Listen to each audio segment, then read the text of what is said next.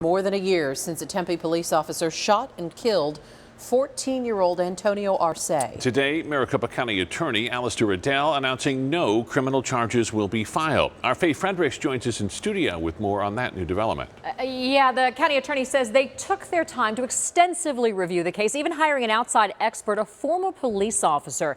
The big question for them, did Officer Joseph Hine commit a crime when he shot and killed 14-year-old Antonio Arce?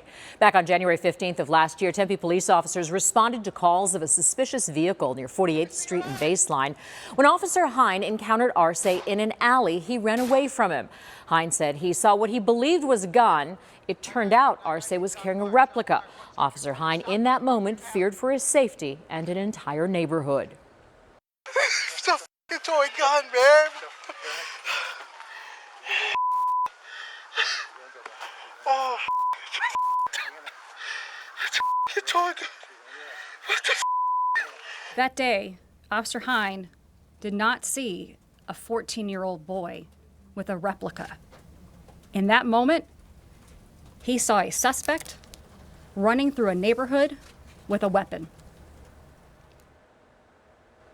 County attorney also stressed that even though criminal charges aren't being filed in this case, that does not impact any civil action Arce's family could take. And our team coverage continues with our Nicole Valdez. She has more on how the family is responding to today's decision. Nicole?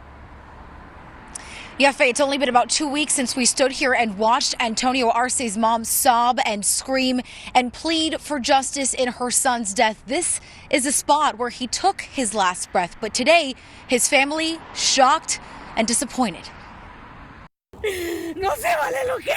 On the anniversary of her son's death, Sandra Gonzalez cried out, begging for justice.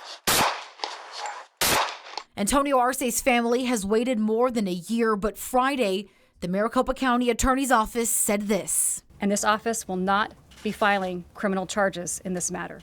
In those few split seconds, Officer Hine believed that someone was fleeing the scene of a crime, that they were in possession of a handgun and holding it in a manner where the weapon could be easily discharged. Combined with the fact that Antonio was about to turn a corner in a neighborhood, Officer Hine would have no longer had Antonio in his sights, and Officer Hine would have no way to protect the innocent residents in their homes that day. Attorney Danny Ortega speaking on behalf of that teen's family less than an hour after that decision was announced. If you want to speculate what could happen, you could shoot anybody anytime you wanted to if you're a police officer. They have to be objective factors. There were none. He never turned around. He never threatened him. He never threatened anybody when he was inside of that truck.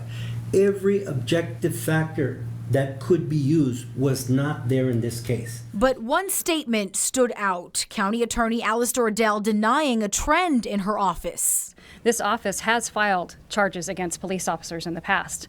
And when an officer commits a crime, he will be held accountable. Of almost 200 use of force cases submitted in the last 3 years, the Maricopa County Attorney's Office has only filed charges against one officer, former Phoenix cop Tim Bayardi, after we showed you video where he slapped a handcuffed man.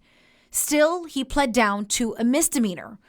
Before that, the last officer prosecuted by then County Attorney Bill Montgomery was Mesa Police Officer Phil Brailsford in 2016. When the county attorney is dealing with transparency and accountability that she never mentioned in the last 3 years, not one case has been brought against a police officer in Maricopa County.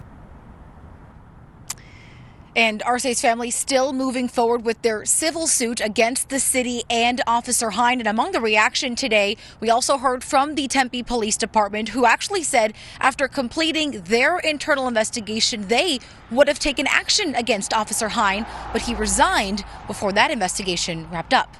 Live in Tempe tonight, Nicole Valdez, ABC 15, Arizona.